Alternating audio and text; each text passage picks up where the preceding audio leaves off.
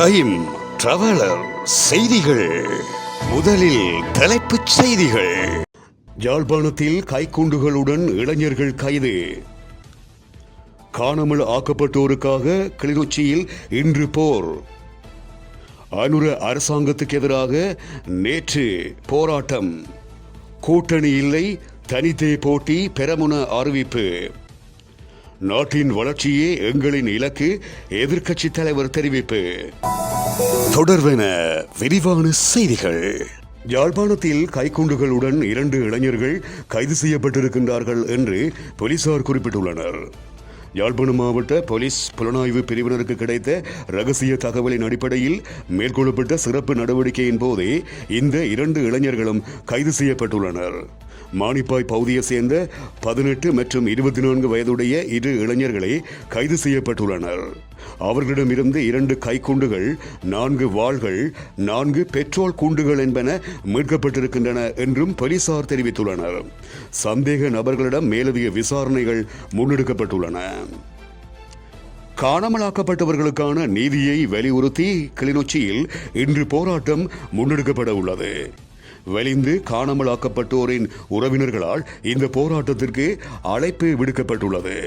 காணாமலாக்கப்பட்ட எங்கள் குழந்தைகள் எங்கே என்கின்ற தொனி பொருளின் கீழ் இந்த போராட்டம் மேற்கொள்ளப்பட இருக்கிறது. தரம் 5 மாணவர்களுக்கான பரீட்சையை மீண்டும் நடத்துமாறு வலியுறுத்தி இசுரபாய கல்வி அமைச்சின் முன்பாக நேற்று ஆர்ப்பாட்டம் மேற்கொள்ளப்பட்டுள்ளது. தரம் 5 புலமை பரிசில் பரீட்சையின் சில வினாக்கள் பரீட்சைக்கு முன்பாகவே வெளியானதை அடுத்து அவ்வாறு வெளியான 3 கேள்விகளுக்குமான முழு புள்ளிகளும் மாணவர்களுக்கு வழங்கப்படும் என்றும் பரீட்சை மீண்டும் நடத்தப்படாது என்றும் கல்வி அமைச்சரும் பிரதமருமான கரினி தெரியப்படுத்தியிருந்தார். இதனையடுத்து அரசாங்கத்தின் இந்த முடிவை ஏற்க முடியாது என்றும் பரீட்சையை மீண்டும் நடத்த வேண்டும் என்றும் வலியுறுத்தி பாதிக்கப்பட்ட பிள்ளைகளின் பெற்றோர் இசுரபாய கல்வி அமைச்சுக்கு முன்பாக ஆர்ப்பாட்டத்தில் ஈடுபட்டனர். 8 வினாக்கள் பிரச்சினைக்குரிய விடயங்களாக உள்ள நிலையில் வெறும் 3 வினாக்கள் தொடர்பான விடயங்களுக்கே அரசாங்கம் தீர்வை தந்துள்ளதாக போராட்டத்தில் ஈடுபட்டவர்கள் மேலும் தெரியப்படுத்தியுள்ளனர். பொதியன பெரமுனவின் தேசிய அமைப்பாளர் நாமல் ராஜபக்சவே பிரதம வேட்பாளராக களமிறங்குவார். எவருடனும் கூட்டணி இல்லை, தனித்தே போட்டியிடுவோம் என்று நாடாளுமன்ற முன்னாள் உறுப்பினர் ஜான்ஸ்டன் பெர்னாண்டோ குறிப்பிட்டுள்ளார். பொதியன பெரமுனவின் காரியாலயத்தில் இடம்பெற்ற ஊடக சந்திப்பிலேயே அவர் இவ்வாறு குறிப்பிட்டார். ஜனாதிபதி தேர்தலில் எம்மை விட்டுச் சென்றவர்கள் பொது தேர்தலில் எந்த கட்சியில் போட்டியிடுவது என்கின்ற இக்கட்டான நிலைக்கு தள்ளப்பட்டுள்ளார்கள். ஐக்கிய தேசிய கட்சியையும் ஐக்கிய மக்கள் சக்தியையும் ஒன்றிணைக்கும் முயற்சிகள் தீவிரமடைந்துள்ள நிலையில் பொதியன பெரமுனவின் ஒரு தரப்பினர் நெருக்கடிக்கு உள்ளாகியுள்ளனர். நாட்டுக்காக சென்றதாக குறிப்பிடுவதை ஏற்றுக்கொள்ள முடியாது. தங்களின் குறுகிய நலன்களுக்காகவே இவர்கள் சென்றார்கள். இடம்பெறவுள்ள பொது தேர்தலில் பொதியன பெரமுனவின் தேசிய அமைப்பாளர் நாமல் ராஜபக்ச பிரதமர் வேட்பாளராக களமிறங்குவார். எவருடனும் கூட்டணி அமைக்கப் போவதில்லை என்றும் அவர் குறிப்பிட்டுள்ளார். குறிப்பிட்டதொரு கொள்கையினூடாக வறுமையை ஒழித்து பொருளாதார வளர்ச்சியை அதிகரிப்பதே ஐக்கிய மக்கள் சக்தியின் நோக்கமாகும் என்று எதிர்க்கட்சித் தலைவர் சஜித் பிரேமதாச குறிப்பிட்டுள்ளார். அவர் மேலும் குறிப்பிடுகையில், பொருளாதார வளர்ச்சியில் இருந்து நாட்டு மக்கள் பயன்பெறும் திட்டத்தை நாம் வகுப்போம். எமது பயணத்தில் நேர்மறையான இலக்குகள் உள்ளன. பெண்கள், முதியவர்கள், குழந்தைகள் மற்றும் ஓய்வூதியம் பெறுவோர் உட்பட சமூகத்தில் உள்ள அனைத்து தரப்பினரும் மகிழ்ச்சியான மற்றும் பொருளாதார ரீதியாக வலுவான வாழ்க்கையை ஏற்படுத்த வழிவகுப்போம். அரசியல் வெற்றியை பெறுவதற்கோ பொது தேர்தலில் நாம் மக்கள் ஆணையை கோரவில்லை.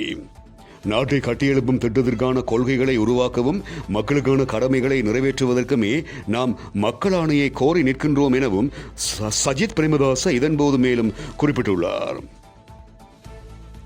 எதிர்வரும் பொதுத் தேர்தலை இலக்காக கொண்டு ஐக்கிய தேசிய கட்சி மற்றும் ஐக்கிய மக்கள் சக்தி ஆகிய கட்சிகளுக்கு இடையிலான கூட்டணி தொடர்பான பேச்சு முறிவடையும் நிலையை அடைந்துள்ளது என்றும் ஐக்கிய மக்கள் சக்தி முன்வைத்த 2 பிரதான நிபந்தனைகளே அதற்கு காரணம் என்றும் தகவல்கள் வெளியாகியுள்ளன. பொது தேர்தலில் இணைந்து போட்டியிடுவது தொடர்பில் ஐக்கிய தேசிய கட்சிக்கும் ஐக்கிய மக்கள் சக்திக்கும் இடையில் அண்மையில் கலந்துரையாடல்கள் இடம்பெற்றன. இதுவரையில் சுமார் 8 கலந்துரையாடல்கள் இடம்பெற்றிருக்கின்ற போதும் ஐக்கிய மக்கள் சக்தியின் 2 பிரதான நிபந்தனைகள் காரணமாக கலந்துரையாடல்களை முன்னெடுப்பதில் சிரமம் ஏற்பட்டிருக்கிறது என்று ஐக்கிய தேசிய கட்சியின் உட்கட்சி தகவல்கள் தெரிவிக்கின்றன. ஐக்கிய மக்கள் சக்தி தொலைபேசி சின்னத்தில் தேர்தலில் போட்டியிட வேண்டும் என்றும் முன்னாள் ஜனாதிபதி ஐக்கிய தேசிய கட்சியின் தலைவர் ரணில் விக்ரமசிங்கே புதிய கூட்டணியில் இருக்கக்கூடாது என்றும் ஐக்கிய மக்கள் சக்தி நிபந்தனை விதித்திருக்கிறது. ஜனாதிபதி தேர்தலில் ரணில் விக்ரமசிங்கே பெற்ற பெரும்பான்மையான வாக்குகள் அவரது தனிப்பட்ட வாக்குகளாக கருதப்படுவதால் அவர் இல்லாத அரசியல் கூட்டணிக்கு உடன்பட முடியாது என ஐக்கிய தேசிய கட்சியின் பிரதிநிதிகள் கருதுகின்றனர். இந்த நிலைமையால் கூட்டணி பேச்சுக்கள் முறிவடையும் நிலையை எட்டியிருக்கிறது என்று தகவல்கள் வெளியாகியுள்ளன. காலிமுகத்திடலில் நிறுத்தி வைக்கப்பட்டுள்ள வாகனங்கள் முன்னாள் ஜனாதிபதி ரணில் விக்ரமசிங்கே அவர்களுடைய தனிப்பட்ட பணிக்குழுவினருடையது என ஜனாதிபதியின் ஊடகப் பிரிவு தெரியப்படுத்தியுள்ளது.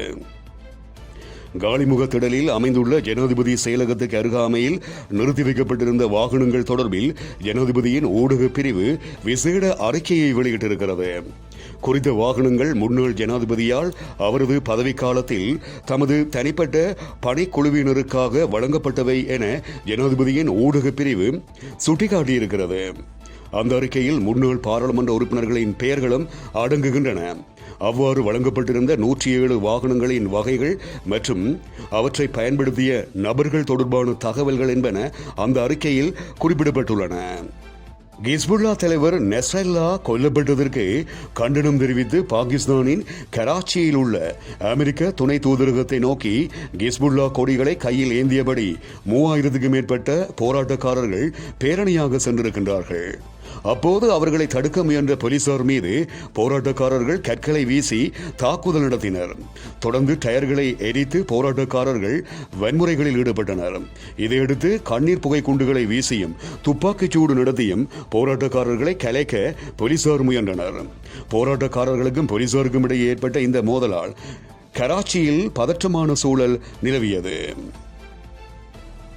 இஸ்ரேல் லெபனான் மீது தொடர்ச்சியாக வான்வழி தாக்குதல்களை நடத்தி வரும் நிலையில் அந்த நாட்டில் உள்ள பல்வேறு பகுதிகளிலும் இருந்து மில்லியன் கணக்கானோர் இடம்பெயர்ந்திருப்பதாக சர்வதேச ஊடகங்கள் செய்தியை வெளியிட்டிருக்கின்றன.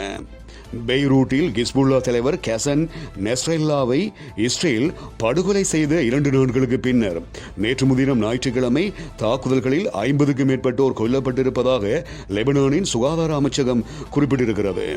இதற்கிடையில் ஹிஸ்புல்லா வடக்கு இஸ்ரேல் மீது அதிக ராக்கெட்டுகளை ஏவியது. ஏமனில் ஈரான் ஆதரவு ஹவுதி இயக்கத்தின் ராணுவ இலக்குகள் மீது பெரிய அளவிலான வான்வழி தாக்குதல்களை நடத்தியதாக இஸ்ரேல் குறிப்பிட்டிருக்கிறது.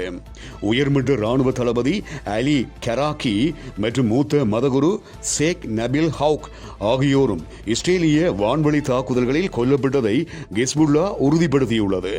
இதேவேளை பெய்ரூட் மற்றும் தெற்கு எல்லை பகுதிகள் உட்பட நாட்டின் பிற பகுதிகளில் இருந்து மக்கள் வெளியேறும்படி வான்வழி தாக்குதல்கள் நிர்பந்திக்கப்பட்டதாக லெபனானின் பிரதமர் மிகாட்டி தெரிவித்துள்ளமை இங்கு குறிப்பிடத்தக்கது. இத்துடன் டைம் டிராவலர் செய்திகள் நிறைவடைகின்றன.